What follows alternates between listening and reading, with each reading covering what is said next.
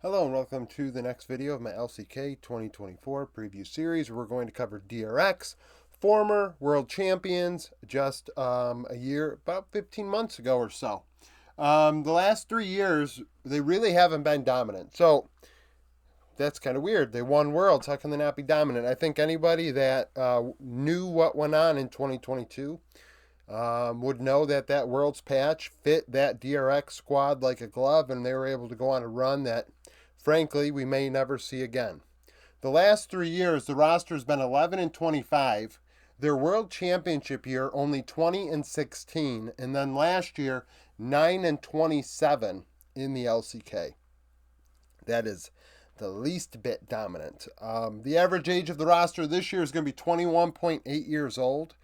They allowed Juhan to leave, Krakow, Fate, and Duck Dom from this roster, as well as Barrel. They brought in Teddy. That's it. So they have went internal to try and bring up players from their challenger roster that did win Asia Stars Challenge or whatever for the, development players in China and the PCS, Japan, Vietnam, and Korea. So that was a big deal. That's a big moment for them and those players. They earned the right to be promoted. So there are a few promotions on this team. Now, that doesn't mean that there won't be question marks. We saw Nongshim last year do this, and they were not very good. Now we saw growth, which is important, and that's what you kind of have to look at with rookies is development. And at the same time, just make a mental note that temper your expectations, right? So in top lane, we have Rascal, 26 years old. Oh, he's not a rookie. But last year, he inted his face-off like one. So in 93 games, he had a 1.7 KDA, 8.2 CS per minute, 53.7 KP.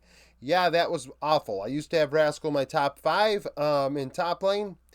Not anymore. 22.2 gold share, 448 damage per minute, 22.8 damage share, which is high shares. Low numbers in terms of actual pure gold per minute, which isn't listed, and then damage per minute because DRX were so bad. At 15 minutes, he was down almost 200 gold, 5 CS, and 225 XP. Had 28 solo kills and 21 champions played. The 28 solo kills kind of shed some light on how good Rascal is when he's on. And then 21 champions indicates, hey, he's played a long time. He can do a lot of different things in the top lane. Now, his 3 most commonly played champs, the typical Jax, Renekton, and K'Sante. They accounted for 57% of his games. Behind him is Frog, 18 years old, played 60 games last year in Challengers and did well. Did he earn a call-up? Not like his teammates, but he did well nonetheless. 3.8 KDA, 8.1 CS per minute, 54.1 KP. 20.4 gold share, 414 damage per minute, only 19% of the team's damage. That is why, right? So he was not a big part of that team's success. When it came to damage, sure, he may have played a facilitator role, very weak side, and at the same time, at 18 years old, let's see if he can fully develop around that. Because on average at 15 minutes behind Challenger tops, he was behind 150 gold. 4 CS, 45 XP, had only 8 solo kills, and 11 champions played. In the jungle, they have Sponge, a rookie, so these numbers are challenger stats, so keep that in mind. 19 years old, 117 games played. 3.6 KDA, 5.3 CS per minute, 71.4 KP. In my opinion, Sponge and Saytab have been brought in together as a duo, that mid-jungle duo. Because really these numbers aren't super great, but if he's a pure facilitator, pairing with a carry mid, it makes sense. 18% gold, 322 damage per minute, pretty much 15% of damage, which is solid. Concerning, but he is a facilitator. Behind at 15 minutes, 40 gold, 2 CS, 95 XP. Now you might say that's not a lot. How is that concerning? Well, he's at a lower level of play. So you have to imagine that at a higher level of play, if he plays the same exact way or at the same exact level, that he will be behind farther. 10 solo kills, 12 champions played, standard Sejuani, Wukong, Maokai, 62% of the games. Um, Kania is 19 years old, had no games played last year. And then in Academy, they have Unknown, whose age is unknown.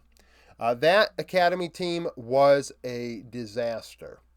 4-28 in 32 games. So he had a 1.8 KDA, 5.1 CS per minute, 71.1 KP. 18.8 gold share, 381 damage per minute, 7 champions played. Disaster. Satab, 19 years old, 114 games played in Challenger. 3.1 KDA, but a 9.1 CS per minute, 65.9 KP. 2 out of every 3 kills, very resource heavy mid laner.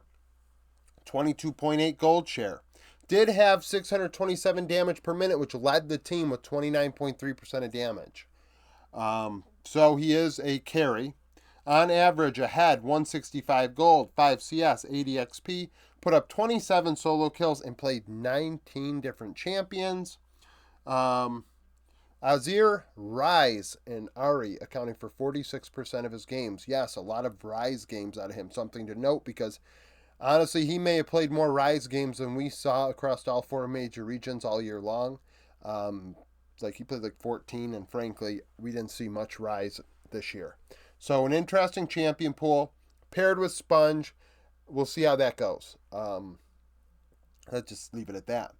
Yahoo behind him. These games are LCK games. He didn't play any other games besides those 9 LCK games at 18 years old, being thrust into a rough situation. He had no business being there. And it's unfortunate for him. Kind of like Poby's situation. It didn't make sense.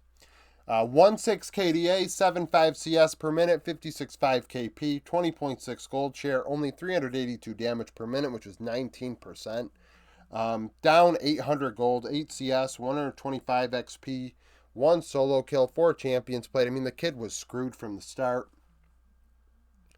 Eska, 16 years old, or Escape A. I'm going Eska, but 32 games. 1.8 KDA, 8 CS per minute, below 50% KP. That Academy team, what a disaster. 21.1 gold share, still had 562 damage per minute, despite being involved in less than half of the kills as a mid. 6 champions played. The only addition to the team, Teddy, 25 years old, played with Live Sandbox last year in spring. In 40 games, had a 3 KDA, 9.9 CS per minute, 68.1 KP. They definitely wanted a veteran on the bot side of the rift, and we'll get into that.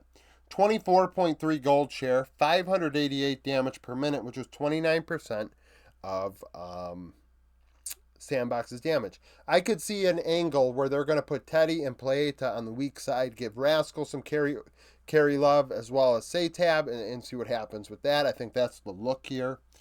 On average, Teddy was behind 130 gold, but up 3 CS, 80 XP, 7 solo kills, 10 champions played.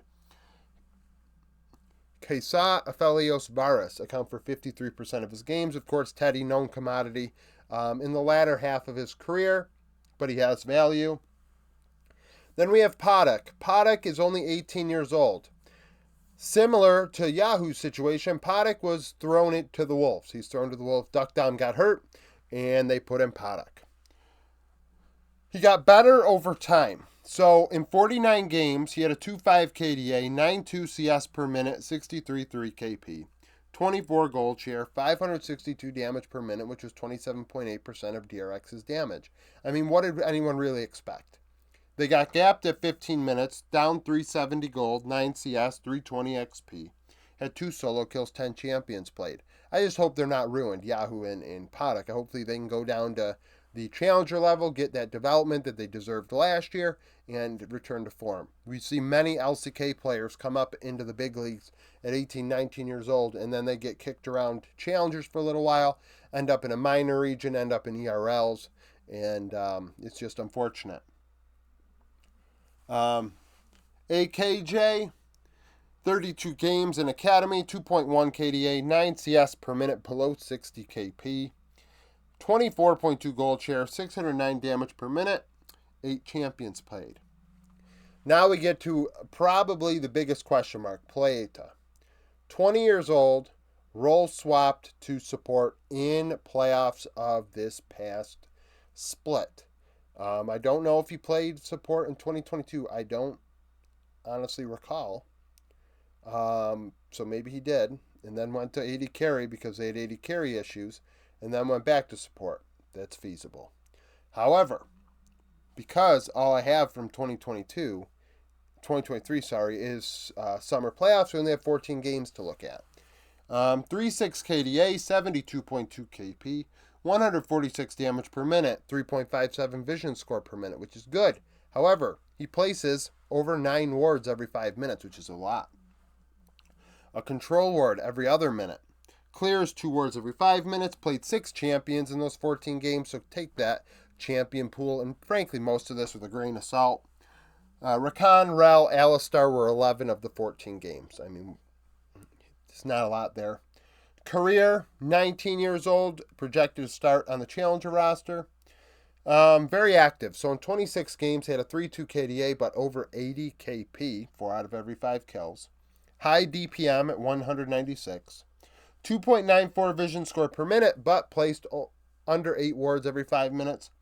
And only 1 control ward every 3 minutes and cleared the same amount. So that's good, right? He's not wasting gold, on control wards. 12 champions played. And then we have OPDAT, or OPDAT, Academy player. 32 games, 1.7 KDA, 64.1 KP, 189 damage per minute, 13 champions played. Like I said, that Academy roster, tire fire. I don't know what's going to happen with them. Hopefully they can continue to develop. I mean, their ages aren't really listed except mid, so maybe they're all 15 years old. It's entirely possible. Coaches micro.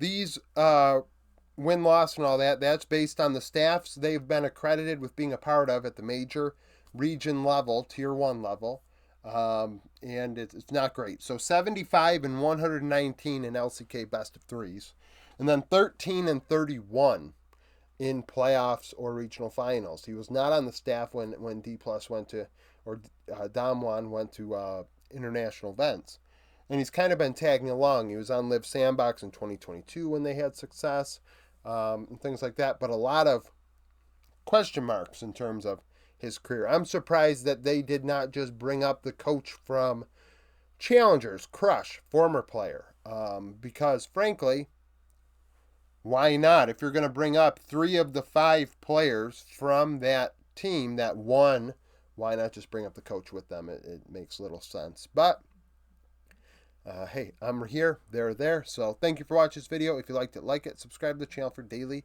League of Legends content. Follow me on Twitter, join the Discord, become a YouTube supporter, and hope to see you again tomorrow.